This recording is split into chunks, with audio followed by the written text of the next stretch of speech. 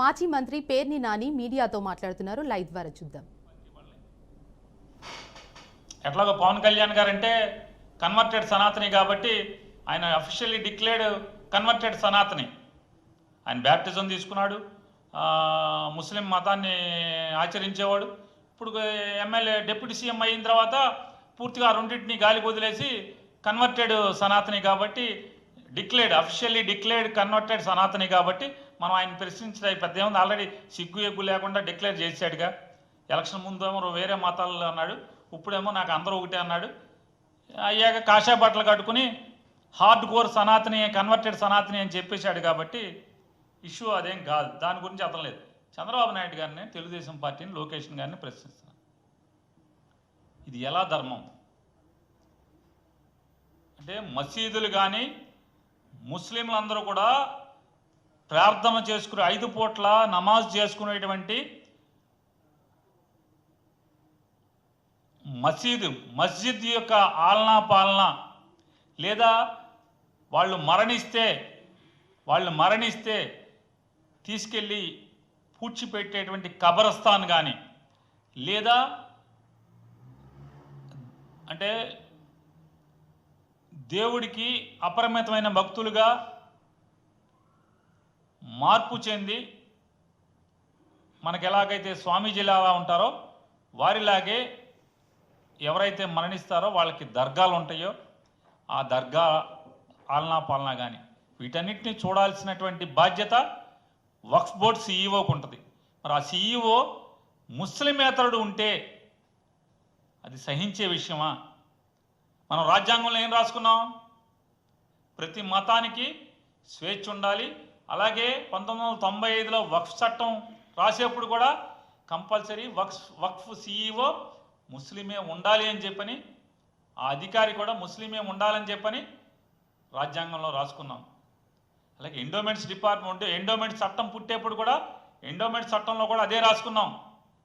Hindu endowment చట్టంలో ఏమని, హిందూ ఆస్తులు, దేవాలయాల ఆస్తులు కాపాడటానికి కానీ, లేదా చారిటబుల్ ట్రస్ట్ ఆస్తులు, హైందవ చారిటబుల్ ట్రస్ట్ అన్నీ కూడా ఆస్తులు కాపాడే ప్రభుత్వ ఉద్యోగులు ఖచ్చితంగా హిందువులే ఉండాలి అని చెప్పి మనం దేవాదాయ ధర్మాదాయ చట్టంలో పొందుపరుచుకున్నాం కదా. మరి మనకుండే హక్కు వాళ్ళకుండే హక్కు ఎందుకు కాలు రాయాలి? వాళ్ళ మతాచారాల్లోకి వాళ్ళ మనోభావాలు దెబ్బతినేట్టుగా భారతీయ జనతా పార్టీ, తెలుగుదేశం పార్టీ రెండూ కలిసి ఎందుకు ఈ రకమైన దుశ్చర్యకి చేపట్టాలి అనేది మేము ప్రశ్నిస్తున్నాం. అదొకటే కాదు, ఇవాళ మన దేవాదాయ కమిటీలు బోర్డులు ఉంటాయి, ఆలయ పాలక వర్గాలు, టీటీడీ కానీ, లేదా మన ఊళ్ళో ఏ గుళ్ళో అయినా సరే, అది ప్రభుత్వ అజమాయిషిలో నడిచే ఏ గుడి అయినా, కనకదుర్గమ్మ వారి గుడి కానీ, లేదా ఏ గుడికి మల్లికార్జున స్వామి గుడి కానీ, లేదా ఇంకొక గుడి ఏదైనా, లేదా ధర్మాదాయ అంటే సత్రవులు కానీ, ధర్మాదాయ సంస్థలు కానీ, చారిటీ ఇన్స్టిట్యూషన్స్ కానీ, వీటన్నిటికి కూడా హిందూ ఆఫీసర్లే ఉంటారు. మరి అటువంటి దాంట్లో కమిటీలు కూడా మెంబర్లందరూ కూడా హిందువులే ఉంటారు.